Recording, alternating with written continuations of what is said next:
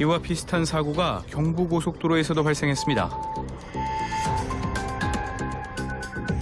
반대편 차로에서 달리던 25톤 트레일러가 벼랑간 중앙분리대를 들이받는데요. 반대쪽에서 화물차가 비틀거릴 때부터 이상하다라는 느낌을 받았는데 저는 차라리 차가 이렇게 위로 올라왔으면 올라왔지 그게 부셔질 거라고는 생각을 못했어요. 눈앞에서 벌어진 믿을 수 없는 광경. 안전거리를 확보하고 있었음에도 불구하고 하마터면 앞차와 추돌 사고까지 일어날 뻔했는데요. 그냥 멍할 수밖에 없는 상황이었어가지고 그래서 그럴 틈도 없어요. 단지 일단은 그 상황에는 이 사고를 안 나게끔 뭐 대처해야겠다라는 생각밖에 없어가지고. 현장에 있던 또 다른 제보자 역시 그날의 일을 생생히 기억하고 있었습니다.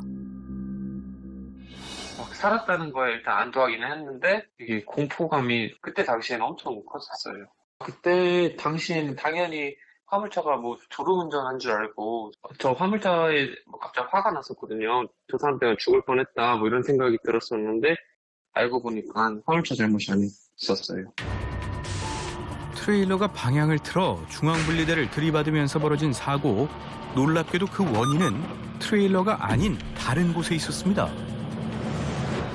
일반 승용 차량이 졸음운전해가지고 그 4차로로 진행하는 그 트레일러 차량 조수석 옆 측면 부분을 충격한 거예요. 화물차가 사실 이 사고에 있어서 사고 원인을 제공했다고 보기에는 좀 어렵죠. 사고 경위는 이렇습니다.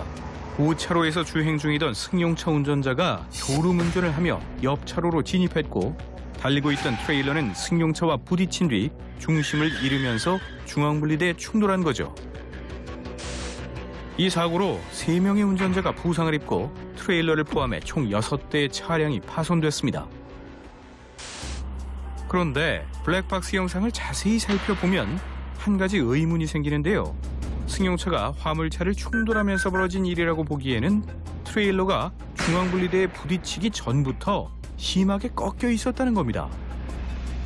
트레일러만에서 발생될 수 있는 가장 유일한 것들이 잭레이프 현상인데 운전자가 원하는 것 이상으로 조향각도가 꺾어졌을 때는 그 한계점이 있어요.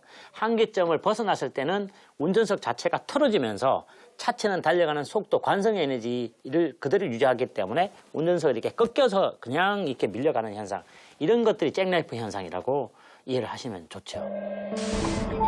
문제는 화물차 운전자가 이러한 현상을 막기 위해 아무리 안전운전을 해도 주변 운전자들이 도와주지 않으면 언제든 똑같은 사고가 발생할 수 있다는 겁니다.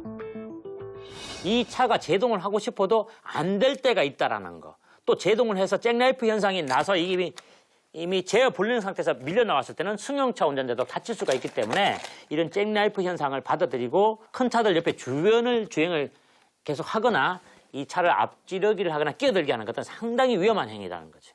그거는 꼭 안 하셔야 될, 꼭 지켜야 될 사항입니다. 화물차와의 사고를 피하기 위해서는 지켜야 할 것이 몇 가지 있습니다. 먼저 나란히 달리는 건 최대한 피해 주셔야 하고요. 화물차의 오른쪽에서 주행 중일 경우에는 사각지대에 놓일 수 있기 때문에 더 빠르게 그곳을 벗어날 필요가 있습니다. 또한 제동에 많은 시간이 걸리므로 무리하게 끼어드는 건 절대 금물이고요. 화물차의 뒤를 바짝 따라가는 건 역시 매우 위험합니다.